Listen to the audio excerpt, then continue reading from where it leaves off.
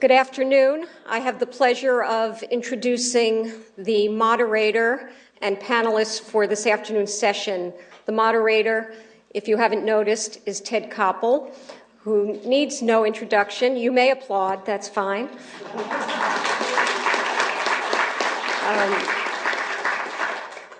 He is really, as you know, the lodestar of American journalism, and I can say that because I worked for him 30 years ago, and the job of a producer is to butter up the anchor man. So I do that in all sincerity. He is one of the wonders of the American news media. Today, Ted has... Yeah, you might hire me. A little more enthusiasm.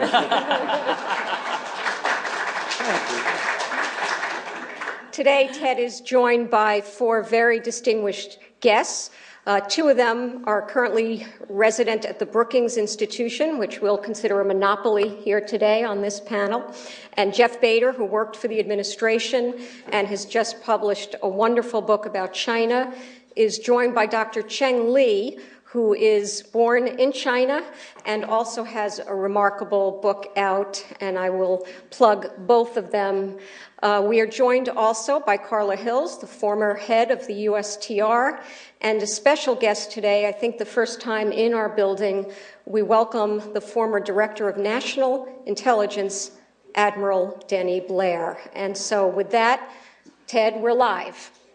Well, thank you, Tara. And I'm going to take advantage of a couple of minutes while the rest of you find your seats here just to do something. I was a little nervous at doing this with members of the Nixon family here, but I've been doing it for so many years, and this being the 40th anniversary of the trip to President Nixon's trip to China, if you will indulge me for a moment. One of the things that is rarely noted is that when President Nixon was taken out to the Great Wall, my colleague Tom Jarrell walked up to the president with a microphone and said, "Mr. President, what do you think of the Great Wall?" President Nixon, as we all know, was an extraordinarily intelligent man, but sometimes small talk eluded him. And on this particular occasion, he looked at Tom and said, "Well, one can only say," and you'll tell me, Mr. Nixon, if this is a legitimate Nixon impression, "one can only say, upon looking at this wall, that this is truly a great wall." Now, it struck me at the time that surely someone on his staff from the White House or the State Department could have anticipated this question and come up with a better answer. And so, well, there is a lot more to the story, and you'll tell me your part. Now I'm going to tell you my part. On the flight from Beijing to Shanghai, I imagined what the president might have done. And so I wrote a little song, and I'm going to sing it for you now as a way of transitioning you from whatever meeting you've come from into the meeting we're going to have here today. It goes something like this. In fact, it goes exactly like this. It's a grand old wall, it's a long-standing wall, wins the prize for its size and its age. It gave just rewards to the Mongol hordes, drove the kulaks away in a rage. From Beijing to the seas, it has saved the Chinese till the days of the Kuomintang. From Ming to Han and on and on. With the Great Wall, you can't go wrong.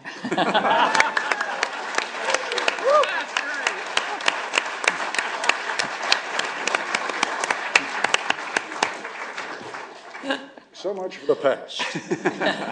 Now we're going to talk about the future in Sino-American relations, and it seems to me that one of my favorite English words is fraught. The future is fraught. Fraught with what, though? Ambassador Hills, take it anywhere you want to go. When we think about the future, we have to think about the first step. And we are in the throes of an election. Words are being said that probably ought not to have been said. China is in the throes of a leadership change. And we heard today that the danger that we face in the future is miscalculation. I think that if we were to adopt a lesson and to try to do as good a job as the President and Secretary Kissinger and General Scowcroft and those who accompanied, we ought to think about how we can best understand the government and economy without which we will be unable to solve the issues of the 21st century. And my concern is that perhaps we are not well enough informed in terms of language, culture, and challenges on the other side of the table, and a good negotiator should be very much aware of the challenges that the other side faces, political and economic, so that you can find a bridge to not only achieve what you want to achieve, but to achieve it with the help of the other side, because it's in their interest too. And so I think it is extremely important in our government that we have persons who are knowledgeable in the White House, at the State Department, at the NSC, and who speak the language, know the culture, and can make a contribution so missteps are less likely rather than more likely. May I infer from your saying that it is extremely important that we have such people, that you may feel that there's a scarcity of such people at the moment? I think we could use more experience in the area, and I would spread it across the nation. Americans are woefully ignorant, as a general proposition, of cultures beyond our shores. And we live in a globalized economy. Our future requires us to understand how the global supply chain encircles the world. We don't just sell down the street. If we are going to prosper and our economy is going to thrive, we're going to have to be more knowledgeable beyond our shores, and certainly with the second and perhaps soon the first largest economy, our fastest growing export market, and a country with which we will deal with either successfully when we look to the future by finding those common bonds, or that we will have the statistics for missteps go up, and the latter we don't want. Dr. Cheng Li, what's implicit in what Ambassador Hills has said is that there's a concern about American miscalculation of Chinese intentions. I'd like you to give us a little insight into what you think Chinese miscalculations may be about American intentions. Sure, but before saying that, let me also share with you my personal experience. I told Dr. Kissinger a few years ago that I met him first time in Shanghai 40 years ago, actually 41 years ago, when he had that secret trip.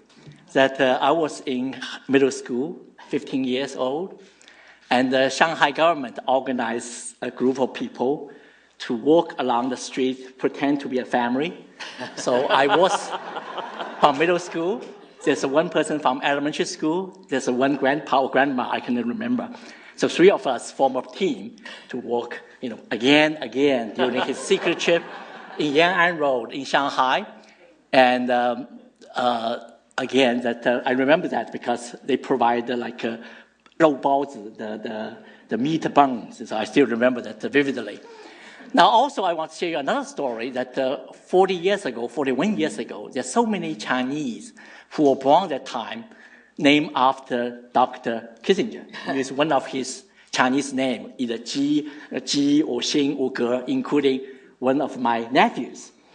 So that was a remarkable past. So in a way, that would really change so many people, not only just me, but the whole generation and the generations, including that those who remain in China, and also like our ambassador, like Minister of Foreign Affairs, Yang Jiechi.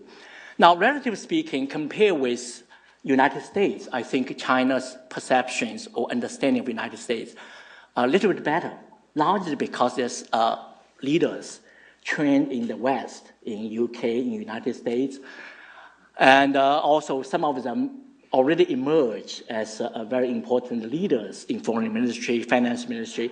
In about 15 to 20 years, it's not difficult to imagine that we will have a leader who, maybe educated in the United States. So that can reduce some of misunderstanding. In the United States, probably, maybe even sooner if John Huntsman become president. But of course, this is another story. Now, in terms of misperceptions, I think that we talk about China's threat, but the Chinese talk about American-led conspiracy against China. And they think that the United States hosts some evil forces, what the Chinese call evil forces, namely Taiwan independence, Tibet independence, Uyghur independence, Falun Gong, and the dissidents. Of course, this is Chinese view. They all, related supported by the United States. And also, last year was a great year for United States in Asian Pacific. We formed so many important friendships or consolidate our relationship. But that policy may have a cost because it alienated Chinese elites, Chinese policy makers, Chinese intellectuals to a certain extent because they misperceive this American-led encirclement of China. Not only Chinese believe that, probably ask Americans, many of them probably also believe that may be a case. But as Jeff Bader knows, that it's not true. We do not intend to encircle China. There's no such a plan. We just want to be engaged, and also it's not our interest to let other countries in Asia Pacific to be enemies of China. So this kind of view, but I think we should be more articulate to persuade the Chinese, and I think ultimately it's a value. It's to express our values and attitude. Now, one thing I learned through these years, particularly when I immigrated to the United States, become an American citizen, it's a value system. It's what you believe, right? I think that's very important. I think to a certain extent, China is also changing. There's no fundamental kind of clash of the ideology, in my view. Actually, Chinese were more and more become like us, because particularly China increasingly become a middle-class China. So I think that misperception should be challenged. Someone said history is a race between education and catastrophe. So I think those of us who have opportunity to work in the China field should educate both people and both leaders to a certain extent. So that's a very important thing. This is misperception along with the missteps or miscalculations.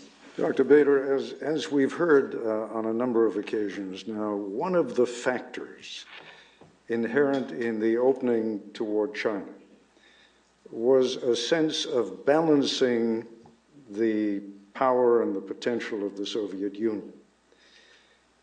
Is there any chance whatsoever that we might move in the opposite direction, or that we should?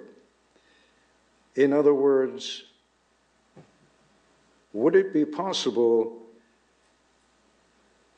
to fend off whatever dangers we perceive in the growth of China as a world power by establishing a better relationship with Russia? Well, Richard Nixon, who of course was in the popular mind the originator of the notion of a sort of a three-way card game among the Soviet Union and China, in his final years after the collapse of the Soviet Union, was quite insistent that the basis for the U.S.-China relationship did not require a common enemy in the Soviet Union. He spoke very strongly after the fall of the Soviet Union about the need to sustain this relationship in the absence of a common enemy.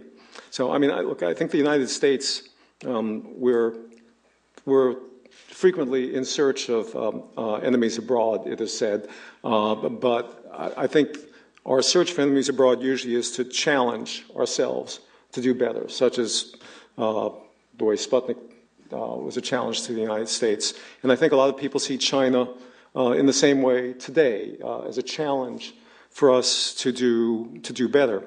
The United States has not traditionally looked for wars with great powers. The last time we had a war with great power was with Japan, and that was not a war that we sought. So as Chung-Li says, a lot of Chinese seem to think that the United States is looking to constrain or contain China. I mean, I traveled with President Obama in meetings with Asian leaders where we talked about China. Every Asian leader we met wanted to talk about China. And clearly they had anxieties. Sometimes they spoke very directly about those anxieties, and one got the sense that they were almost, I don't know, I won't say baiting, but they were trying to encourage the president to echo those anxieties with them. And in fact, he did not. President, in the meetings I was at with foreign leaders, Asian foreign leaders, consistently said, I've said publicly that we welcome the rise of China. I mean it. We welcome a strong, prosperous, successful China. We have some conditions. It's critical that the successful rising China be a China that conforms to international law and conforms to international norms. And it's also critical that the stronger China that we foresee as inevitable be a stabilizing force rather than a destabilizing force in the region. But he pushed back at the notion that we should have this kind of polarity. Now, in terms of relations with Russia, the last few administrations have worked hard to develop relations with Russia, and I think the experience with Russia demonstrates that just because a country sheds communism doesn't mean that relations automatically become easy in terms of strategic cooperation. I don't think that anyone in the China, Russia, U.S. triumvirate at the moment thinks in terms of using the other very substantially. Well, at least on our side. I mean, I must say that in the United Nations, the Chinese and the Russians certainly do work closely together, and I have no doubt that they do that in part because of an attempt to balance the United States globally. Would you talk, Ambassador Blair, for a moment about the danger of cyber war? I think when we talk about hostilities, there is a tendency to think of hostilities in traditional terms, but cyber war really is a looming danger out there, and the Chinese have shown an extraordinary capacity to penetrate American secrets.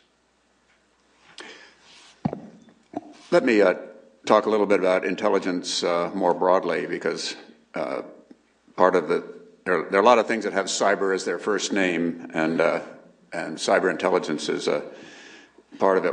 Both when I was the Pacific commander and when I was the director of national intelligence, I would have lively discussions with Chinese counterparts about spying on each other, whether it was across the internet or the airplanes that we would fly up and down China's coasts, or the agents that China would have in this country. And generally, I was on the receiving end of lectures about how the United States should alter its intelligence practices because it showed we didn't trust China.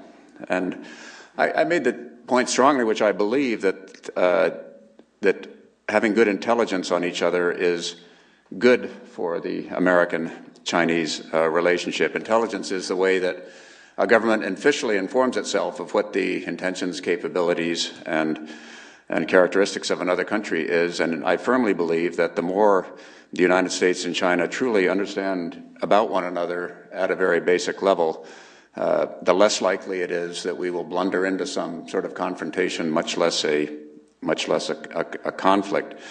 And so I think that we need to, in addition to all of the informal contacts and more people in this country speaking Chinese and all of that, we do need to have a very strong official intelligence understanding of one another, because I think that from an absolute point of view, there are no good reasons for the United States and China to have more of a confrontative relationship than a cooperative relationship.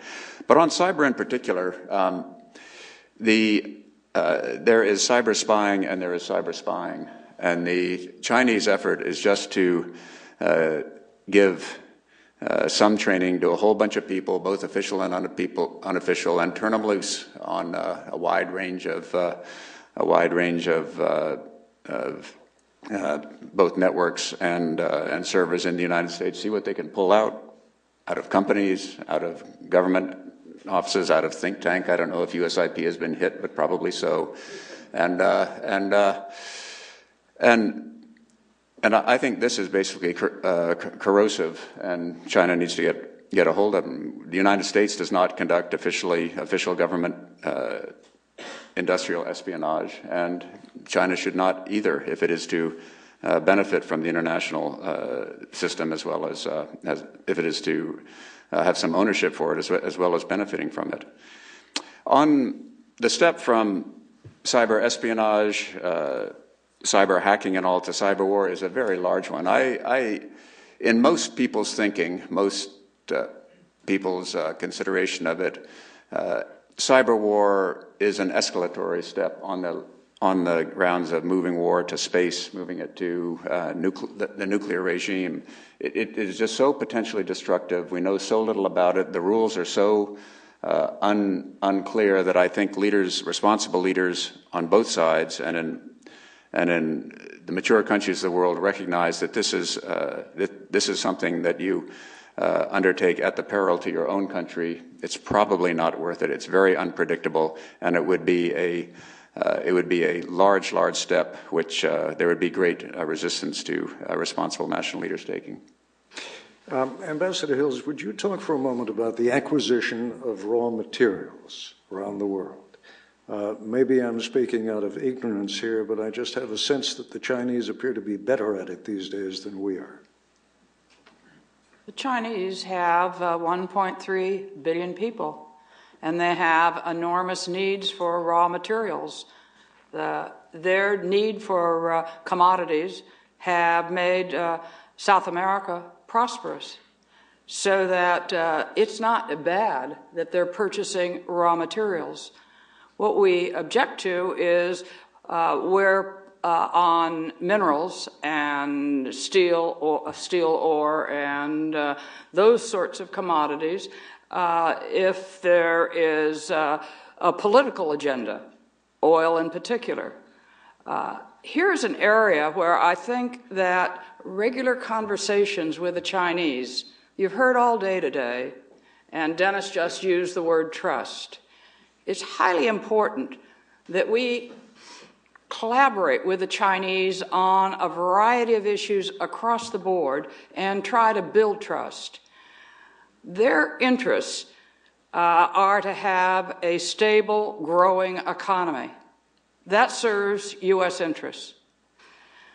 They cannot stay on the growth model that they've been on, that have used the heavy commodities, relying on heavy industry and exports, with Europe and the United States economy being relatively fragile. They're going to have to tap the consumer market. We can talk about that and how we work together. We wag our finger at the Chinese and say, why aren't you tapping your consumer market? Well, they could wag their finger back at us and say, why aren't you tackling your debt and your running deficit? You too have an external imbalance. By working together on things that are in our mutual interest, I think of, for example, trying to help small and medium-sized enterprises in China. Capital is not available. Anyone in this hall can go out and get a loan if you want to start a small business. That's not easy in China. Most of the credit goes to large and or state-owned enterprises. Some of the steps that we're urging China to take are very much in their interest, and talking about them so that we have a mutual understanding and perhaps even a few ideas to share would be, I think, in our mutual interest. Similarly so on things like protection of intellectual property. That's one of our business concerns top last year's survey, the protection of American intellectual property. Well, the Chinese want to stimulate indigenous innovation. How many Chinese are going to go into their garage and stay for 6 years to develop something upscale, only to know it's going to be stolen? They've been filing patents in greater numbers in the last 5 years. Why not work together on the protection of intellectual property? Now, we have made some progress on that area, but I could go through the list of things where we have a mutual interest that serve both of us. And that collaboration in exercising and extending that interest will start to build the trust that I think is absolutely essential for our two governments to tackle the problems that we face, whether they be in the security realm or whether they be in the economic realm.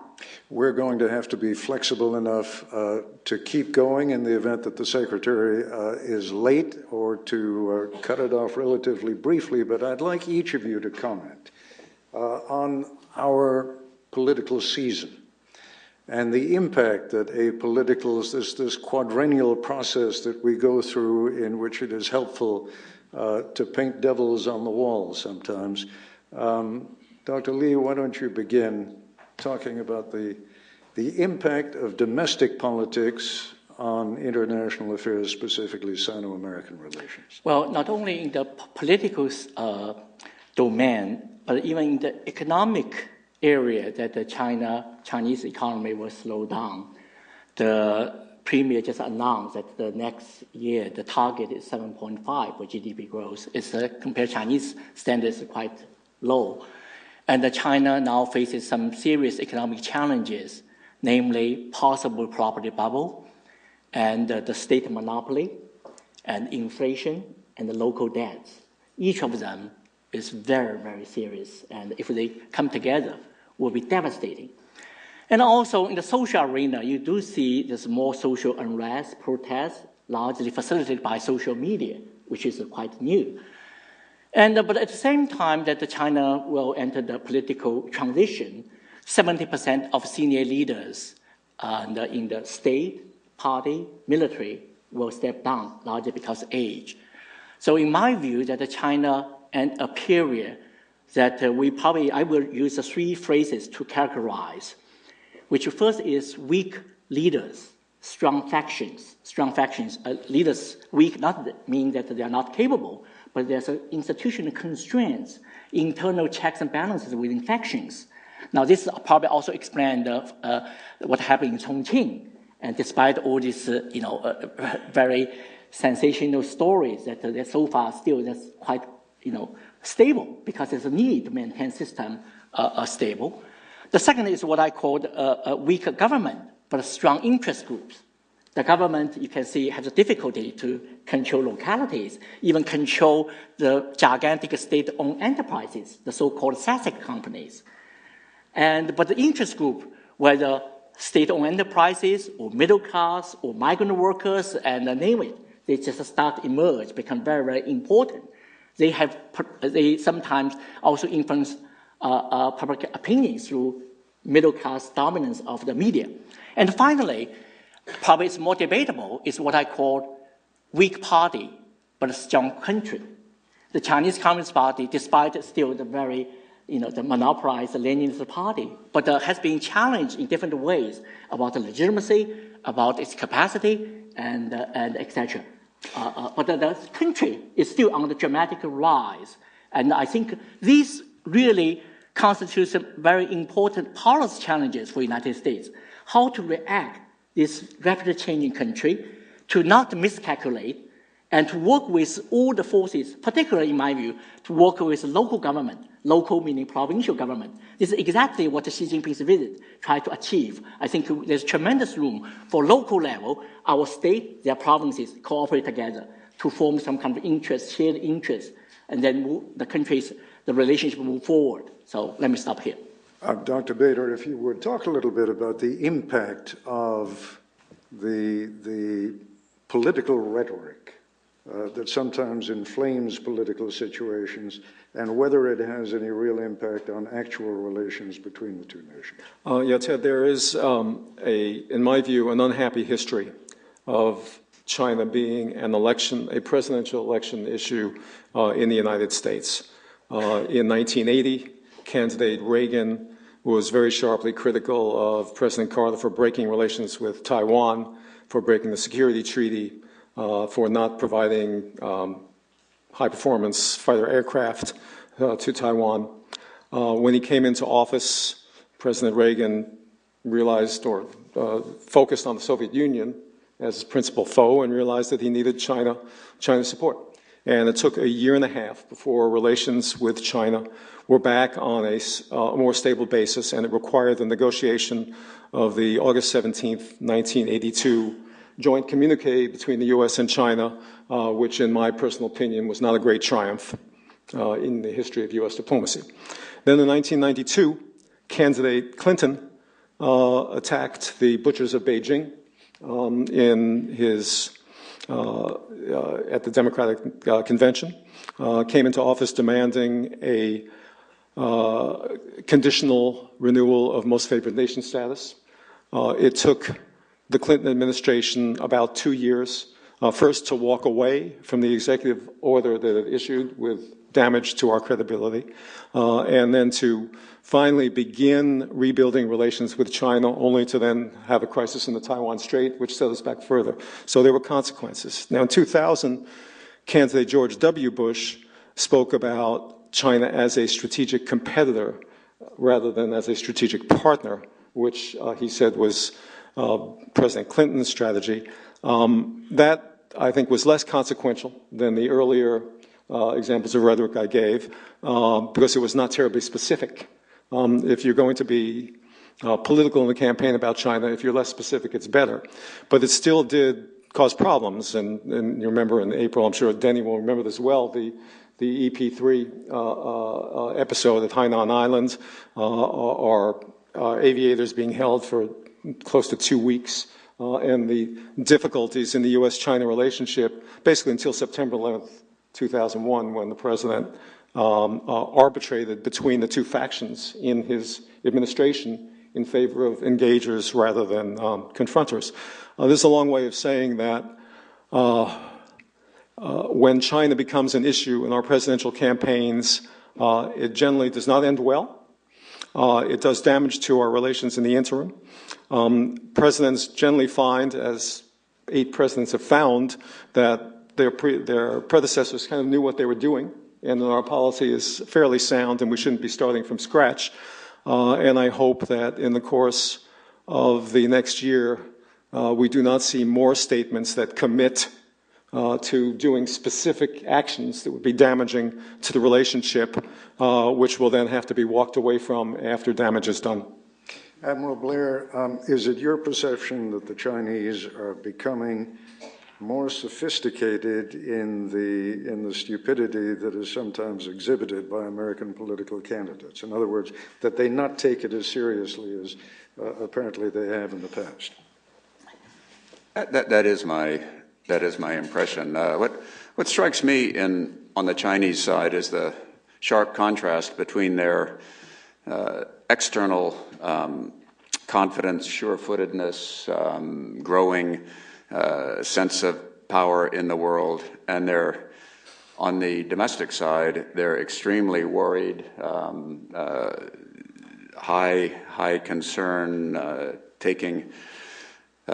dealing with all of these incidents of unrest, feeling that they must control every aspect of the life in their country just to keep it under control. And I think this playing out between external confidence and internal lack of confidence will be really important in future. I think it ultimately plays to the advantage of a stable relationship, because however much China becomes exercised about some particular American action, I think at the end of the day they have to have a conversation with themselves about, are they better off with the more peaceful, quiet world, which will allow their internal development to take place, or Are they better off pushing hard against some perceived slight or transgression of their interests by the Americans, raising tension and potentially affecting things like foreign domestic investment, the overall economic situation in the world, the price of oil, which would make make harder their job internally. So I think this contrast that we see in China's external confidence and domestic lack of confidence plays to the advantage of a stable relationship in the long term. That's no substitute for the things that Carla and the others were talking about really understanding one another and working on common solutions. But I think it is a stabilizing factor over certainly the near term, which will help us work towards that better situation. Can you just quickly give us a sense of why, for example, would the Chinese be interested in avoiding any kind of international intervention in Syria? Is that purely a matter of the fear that what's done in Syria might ultimately end up being done vis-a-vis Tibet or something in China in the Xinjiang province? Or is it more complicated? I think it's more complicated than that. At the root, that is part of it. I think China's abstention on the Libya UN amendment was potentially a step that perhaps they were taking a more sophisticated view of when the international community should act and when it wouldn't. But when it came to Syria, I think the fundamental idea that non-interference in others' state matters, lest it hurt China, reasserted itself to a certain extent. But they also knew they had company with Russia, and that factored into it as well. And I think there was also a sense of we did this once, but we don't really want to create a pattern here. So let's go with Russia. Cast the veto, not a great penalty, reaffirming this basic value and poking a stick in the eye of a bunch of people we'd like to poke a stick in the eye of. So I think it was a combination. Dr. Beta has something he wants to say, and then I'm going to suggest that we sort of fill this unknown period of time between now and the Secretary's arrival by turning to you, and if any of you have any questions, now would be a good time to ask them. But first, Dr. Beta. I agree with Denny's explanation. I think there are multiple factors, and the first one being what you said, Ted, namely that I think they look at themselves in the mirror, and the Chinese Communist Party remembers how they retained power in 1989, and the idea that an international body should be condemning another country for doing something, albeit over 11 months rather than one day, is a difficult bridge for them to cross. But I think fundamentally this was a mistake by China. Normally China pays great deference to regional bodies, whether it's the African Union, the Arab League, whomever. In this case, the Arab League was the one that was pushing for this resolution, and there was a 13-2 vote with the Arab League doing the mobilizing and the lobbying. And for China to decide to buck the Arab League, and I think even equally importantly, Saudi Arabia, which cared deeply about this resolution. Saudi Arabia is China's most important partner in the Middle East in numerous ways. And I think that the Saudis and much of the Arab League sees what's going on in Syria right now as a non-Sunni regime that's killing Sunnis. And that is highly offensive to many Arabs and to the Saudis in particular. So I think China was sort of heavy-footed and clumsy in this instance. We're all having difficulty figuring out how to react to the Arab Spring. It's not easy, but I think that the Chinese showed that there's some distance behind us in figuring it out. All right. Yes, sir, go ahead.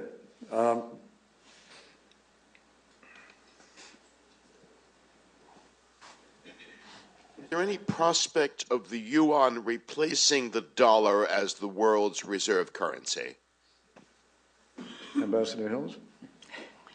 I don't believe so in the near term. The Chinese financial system has not liberalized sufficiently. And I think that the Chinese know that. Certainly the governor of the State Bank of China, Governor Zhou, knows what needs to be done. but some of the things that he would encourage, liberalization of interest rates and liberalization of the currency, cannot be done quickly and confront very large political opposition. So that it will have to be done diplomatically and quietly, and again, it's an area where we might work. Some of my friends sometimes ask me this question, and I analogize to our situation. We know that we are now paying subsidies to 5 commodities that are drawing down stratospheric market prices. Does this make sense? Everybody would say no. Why, then, don't we do away with them? And why, when we're at the Doha round trying to get don't we put that on the table since we're going to have to do away with them because of our relatively fragile fiscal circumstance, because of the power of special interests? Well, China's not devoid of those. And the state-owned enterprises that primarily export do not want either an appreciation of the currency, do want subsidized credit, water, and land. So it's a challenge for the leaders, and we should be talking about these things in a way that we could help move them forward. At the same time, perhaps we could take a step forward as well. Just to move things along a little more quickly, we've got a question down here. And then if, while the answer is being given, if you would just raise your hand so we can get a microphone to you, that way we can move things along, please. There's been a lot of mention today of the need to build trust and to intensify communication between the U.S. and China. I'm interested, particularly in what Admiral Blair and Jeff have to say about China's apparent reluctance to really do anything meaningful in terms of military-to-military communication. They seem, even when it's happened, it's been very limited. They seem very resistant to expanding it, and yet one of the things that I worry about is that if you had a crisis, that crisis communications with the Chinese, an episode in the South China Sea or something similar, another EP3 incident, would be very hard to manage without that kind of communication. So how does that jive with the talk on the Chinese side about the need for greater trust and communication? And what's your sense, A, of why the Chinese are so reluctant and how worrisome it is if it doesn't change? Thanks. So I think that's a good news, bad news answer. The good news is that the Chinese armed forces are not thinking globally, not thinking in terms of a large and expansive role in the world. Else they would be much more engaged on these common military enterprises that the United States and almost all of the armed forces that have that sort of worldwide reach participate in: freedom of the seas, countering piracy, and international search and rescue, and so on. But the Chinese, the PLA, is very focused on their short-term mission around their shores, primarily having to do with using force against Taiwan should they be ordered to do so, and potentially backing up claims in the South China Sea. So I think they simply see no reason that it's to their advantage to talk with American military officers, since 90% of the time they spend thinking about Americans. They think about trying to figure out new and exciting ways to sink our ships and shoot down our airplanes if it should come to that. They just don't see it. They have not taken the step as an institution to taking part in the larger common chores that international armed forces have to do in order to keep the whole system running. There certainly is a commitment at the leadership level, at the higher level, and when the orders come down to the PLA, talk to the Americans. They'll make the list, and we'll have the talks. But in my personal participation with them, and in what I've read about more widely, we're talking past each other on those topics. I have a near Pavlovian response to people going like this to me. It means we need to wrap up this section, and I infer from that the Secretary of State is not far away, so would you join me, please, in thanking our panel.